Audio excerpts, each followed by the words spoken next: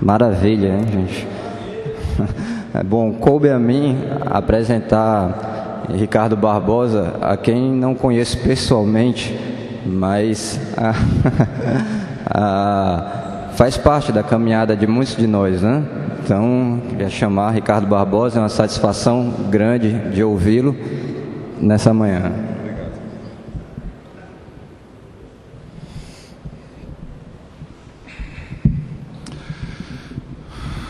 Bom dia, gente. Bom dia. Bom dia. Amém. Vamos curvar nossas cabeças e vamos orar mais uma vez ao Senhor. Pai bendito, te agradecemos por essa manhã, te agradecemos por esses cânticos que nos inspiram, te agradecemos pela esperança que se renova todas as manhãs, te agradecemos pela tua palavra, pelo teu Espírito, pelo teu reino presente entre nós. Te agradecemos pela tua igreja, pelo teu povo, e pedimos a direção do Senhor, a condução do teu Espírito para tudo aquilo que vamos fazer em teu nome. Toma-nos nas tuas mãos, guarde-nos, é o que nós te pedimos no nome de Jesus. Amém. Vamos abrir as nossas Bíblias na carta de Paulo aos Colossenses.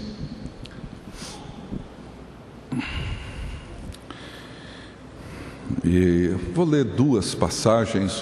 Na quinta à noite tivemos meditando na carta de Paulo aos Efésios.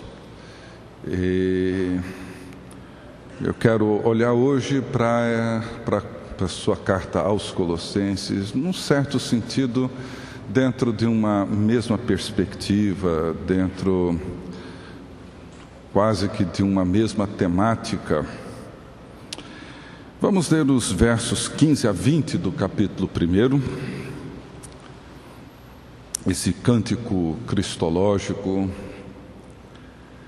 que diz assim: Ele é a imagem do Deus invisível, o primogênito de toda a criação, pois nele foram criadas todas as coisas nos céus e na terra, as visíveis e as invisíveis, poderes, sejam tronos ou soberanias, poderes ou autoridades, todas as coisas foram criadas por Ele e para Ele. Ele é antes de todas as coisas e nele tudo subsiste. Ele é a cabeça do corpo, que é a igreja, e o princípio e o primogênito dentre os mortos, para que em tudo tenha a supremacia, pois foi do agrado de Deus que nele habitasse toda a plenitude e por meio dele reconciliasse consigo todas as coisas, tanto as que estão na terra quanto as que estão nos céus, estabelecendo a paz pelo seu sangue derramado na cruz. E no capítulo 2, os versos 8 e o 15. Verso 8: Tenham cuidado para que ninguém os escravize a filosofias vãs e enganosas que se fundamentam nas tradições humanas e nos princípios elementares deste mundo e não em Cristo. E o verso 15: E tendo despojado os poderes e as autoridades, fez deles um espetáculo público, triunfando sobre eles na cruz.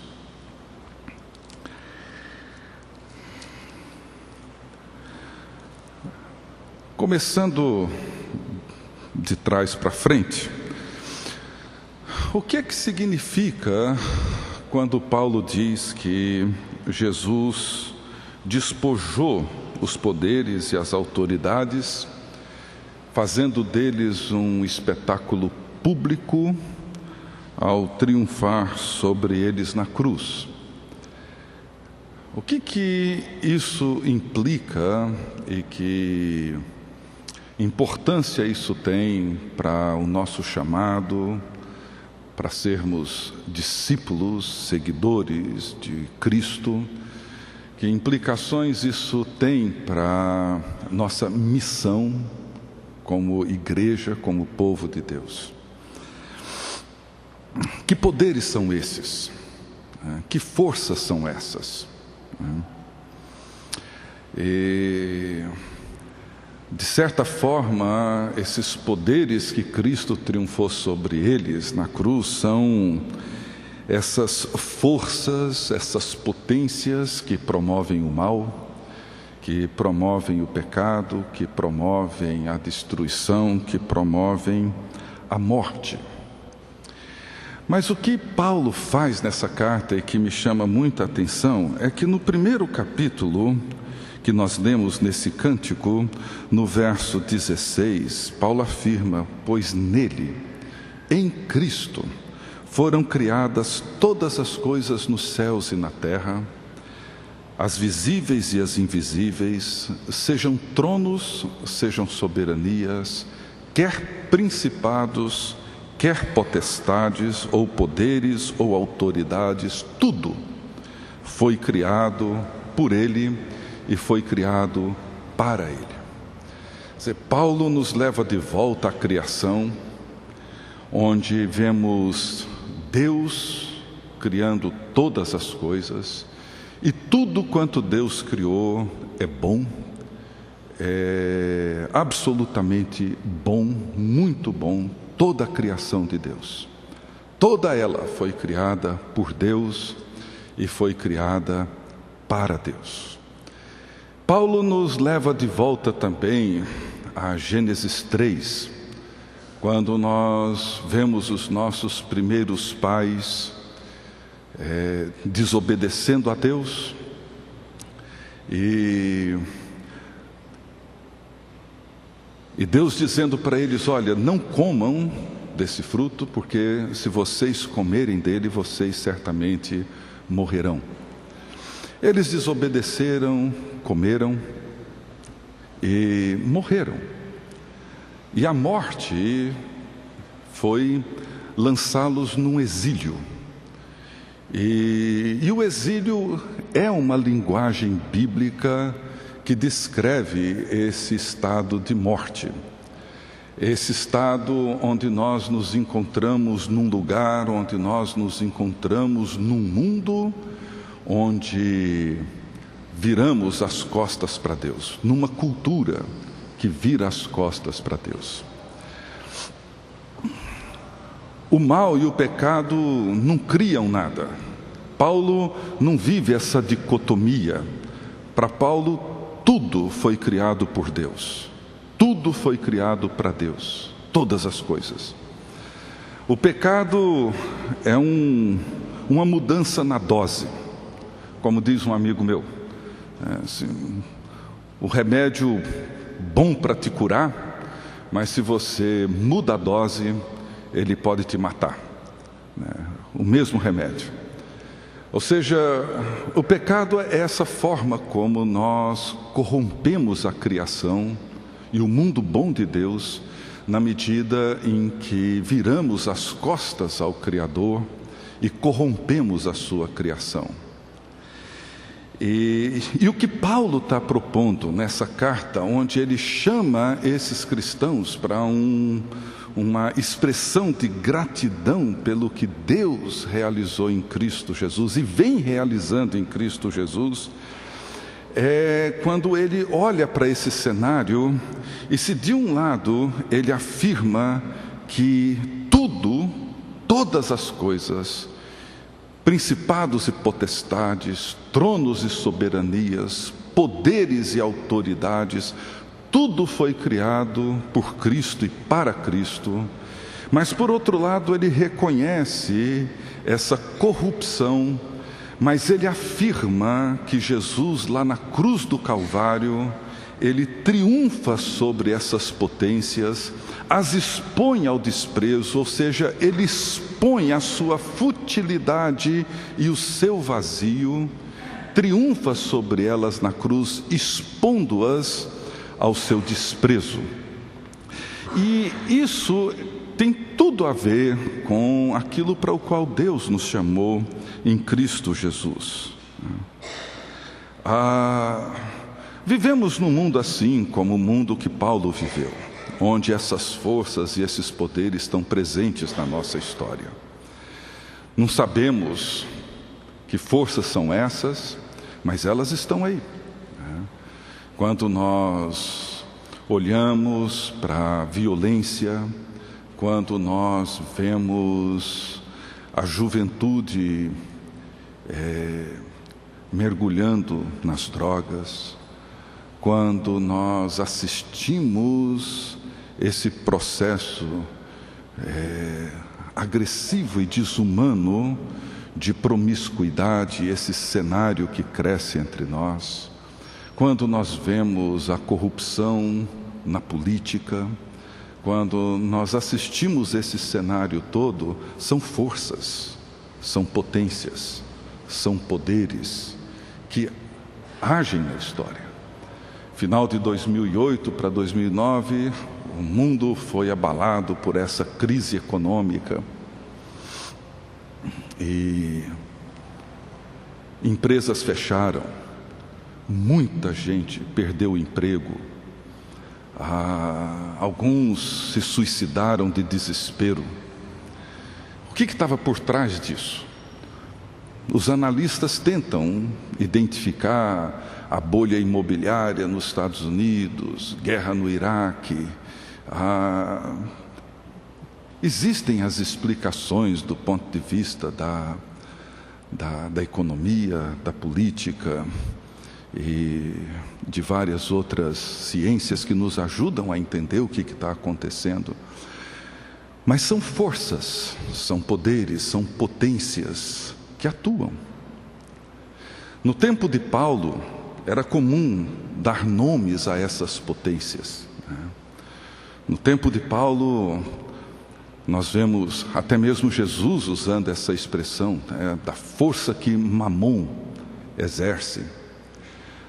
A força de Afrodite, uma divindade da sexualidade e da sensualidade.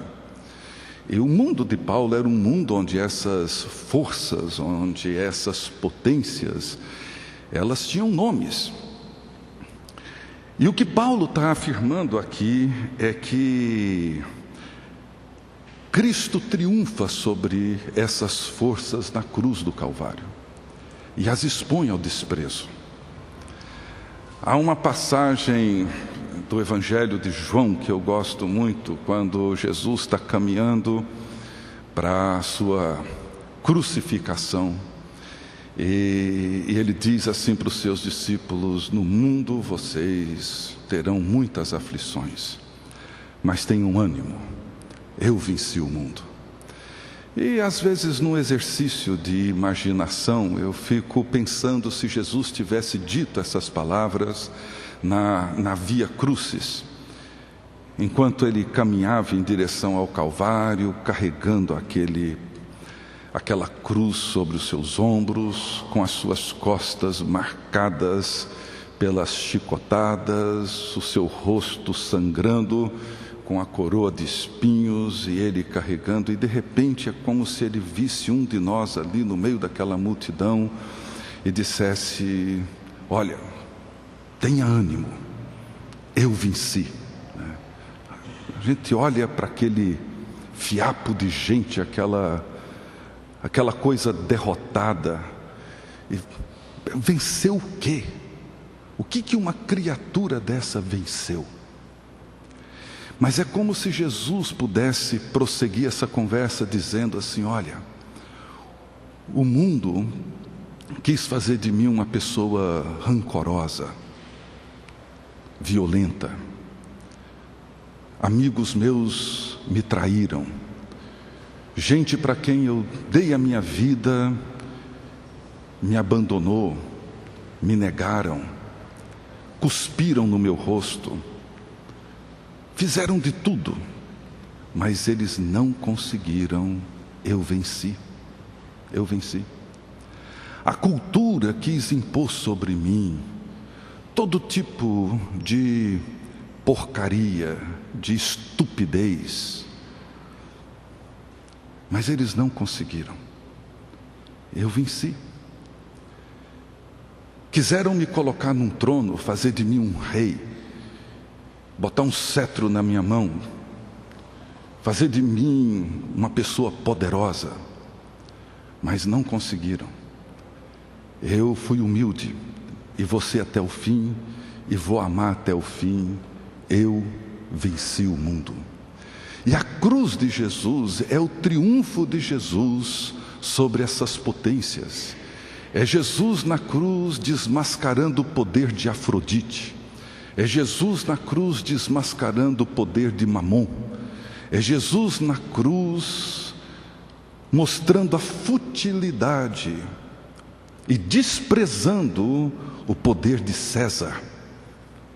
Quando Pilatos olha para Jesus e diz: eu tenho aqui nas minhas mãos a autoridade, o poder, eu posso numa canetada te salvar, te libertar, e eu posso numa canetada te colocar na cruz, a sua vida está na minha mão.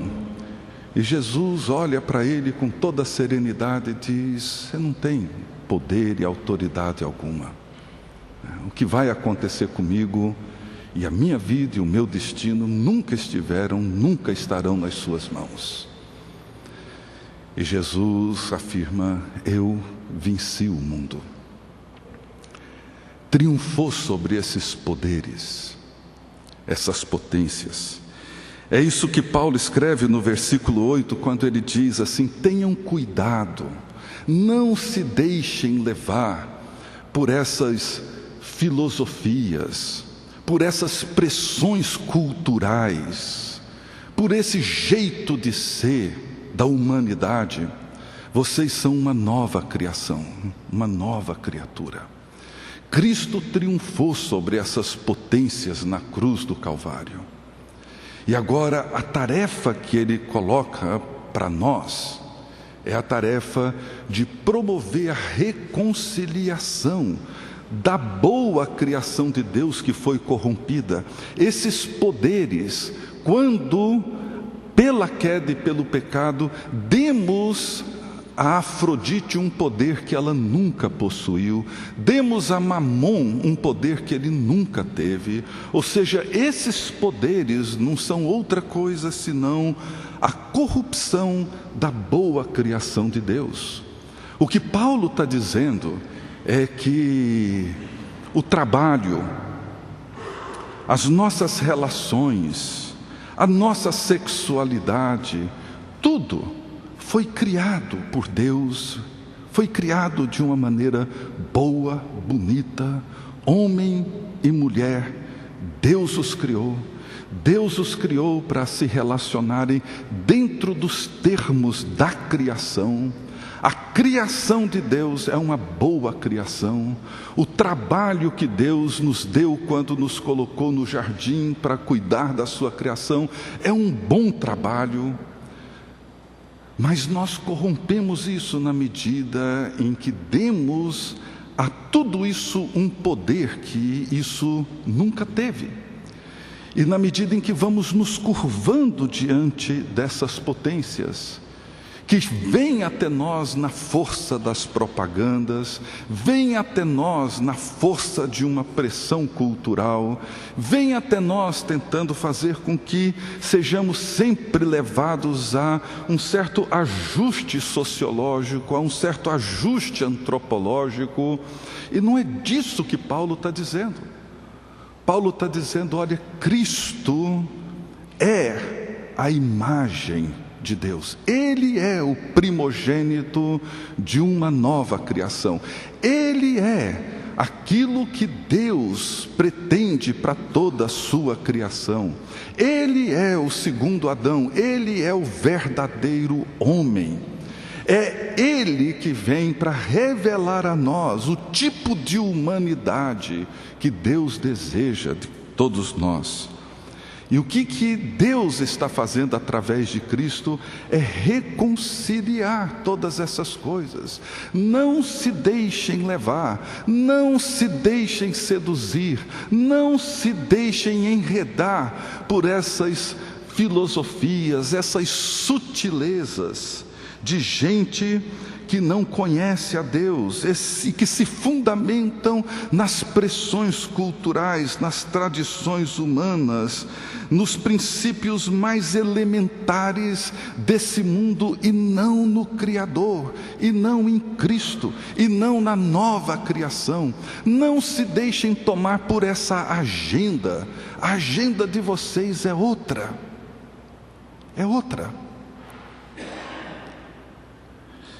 Então eu queria terminar com algumas colocações que esse texto me faz pensar e refletir.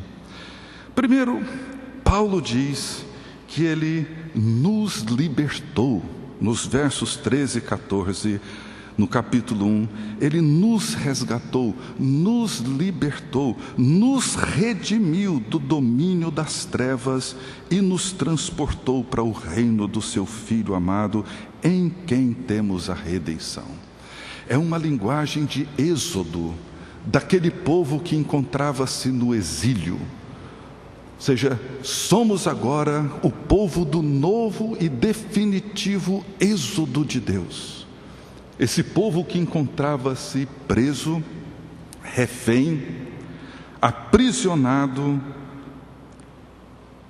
ele nos libertou do domínio das trevas e nos transportou, nos conduziu para o reino do seu Filho amado, em quem temos a redenção. Segundo, Paulo afirma que tudo pertence a Cristo.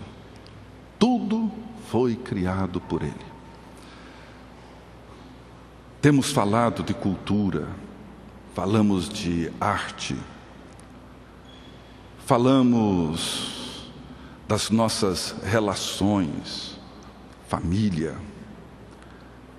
Nós falamos de poder, temos falado sobre a relação dos cristãos com a política, falamos de economia, a nossa relação com o dinheiro e com todas as expressões de poder. Todos esses temas que nós temos falado, o que Paulo está dizendo é que tudo pertence a Cristo. Deus, o Criador, criou todas as coisas. E todas as coisas que Ele criou são boas, muito boas. Para a mente de Paulo não existe essa dicotomia, não existe esses dois mundos, existe um mundo só, o mundo de Deus, o mundo criado por Deus, e tudo que Deus criou, Ele criou da forma mais perfeita e boa. Mas por outro lado, Ele venceu, Ele expôs ao desprezo as potências desse mundo, despojou, esvaziou essas potências do seu pretenso poder, fez deles um espetáculo público, quando na cruz do Calvário Ele disse: eu venci esse mundo. Não foi a agenda de César, não foi o poder de Mamon, não foi a sedução de Afrodite que moldou a vida do verdadeiro homem, do Filho de Deus, do Deus encarnado. Ele vence. E na cruz, Ele expõe o vazio dessas potências, triunfando sobre elas e expondo-as à sua própria futilidade. E Ele então nos chama para participarmos desse ministério de reconciliação. Nós somos chamados, e a nossa missão é trazer a criação de volta aos propósitos do Criador. É dentro desse movimento que nós falamos em meio ambiente, é dentro desse movimento que nós pensamos, cogitamos e falamos sobre sexualidade. É dentro desse movimento que nós precisamos entender a nossa relação com o poder, seja ele qual for. Porque o que Deus está fazendo em Cristo é reconciliar, não fazer ajustes psicológicos, antropológicos, sociológicos, para nos adaptar às grandes questões e às grandes pressões da nossa cultura. Não, não é essa a questão. A questão é reconciliação, trazer a criação de volta. Fazer com que os poderes voltem a servir aos propósitos do Criador e não aos propósitos das nossas paixões vãs, mesquinhas, marcadas pelo pecado, pela morte e pela destruição. Então, isso que Paulo propõe na carta aos Colossenses abre diante de nós um cenário magnífico, um cenário extraordinário. Não faz de nós e nem dá a nós qualquer possibilidade de triunfalismo, mas quando nós olhamos para as forças que movem a história, as forças que estão por trás da violência urbana, as forças que estão por trás da violência na família, as forças que estão por trás de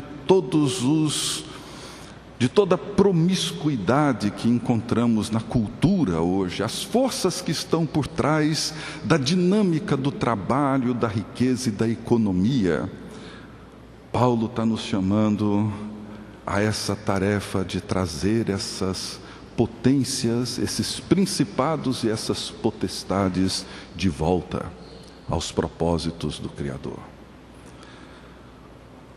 Um tempo atrás estava em São Paulo, conversando com um amigo pastor, e ele conversando sobre igrejas e essa coisa toda. Ele disse uma coisa interessante que me chamou a atenção. Ele falou: Ricardo, existe uma potência, uma potestade paulistana que impõe sobre nós um jeito de ser igreja.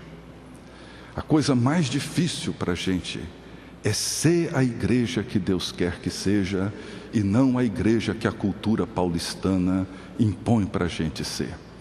Eu achei interessante, nunca tinha visto alguém ou ouvido alguém dizer uma coisa assim, né? Mas interpretando uma potência cultural que vai determinando a nossa agenda. Essa agenda que envolve todas as áreas da nossa vida. Mas é preciso olhar para a cruz e ver ali na cruz Jesus expondo essas potências à sua própria vergonha, quando triunfa sobre elas, abrindo as portas para esse novo mundo de Deus, para essa nova criação, da qual Jesus é o primeiro fruto, é o primogênito dessa nova humanidade, da qual nós somos chamados a imitá-lo, a seguir e a construir na perspectiva do reino de Deus. Que Deus nos ajude e que Deus nos abençoe como seu povo a sermos ministros, ministras da reconciliação. Essa é a nossa vocação. Vamos orar mais uma vez. Pai bendito, te agradecemos, porque toda a tua obra e toda a tua criação é boa, é perfeita. Confessamos o nosso pecado, a nossa desobediência, quando damos a essas potências, a esses poderes, uma força que eles nunca tiveram, nunca possuíram. E quantas vezes temos nos curvado diante de César, Mamon e tantas outras potências que se mostram poderosas diante de nós. Abra mais uma vez nossos olhos para que possamos olhar para a cruz de Jesus Cristo e ver ali na figura do teu Filho ultrajado e humilhado o triunfo sobre essas forças e essas potências, quando na ressurreição Ele levanta dentre os mortos, mostrando a glória do novo mundo, da nova criação, daquilo para o qual o Senhor pretende, sempre pretendeu que fôssemos. Permita, ó Deus, que a tua igreja e o teu povo seja, ó Deus, esse povo da nova criação e cuja missão é trazer a criação de volta aos propósitos do Criador. Abençoe-nos, ó Deus. Dá-nos um coração e uma mente dispostos a andar por esse caminho. É o que nós te suplicamos. No nome de Jesus Cristo, nosso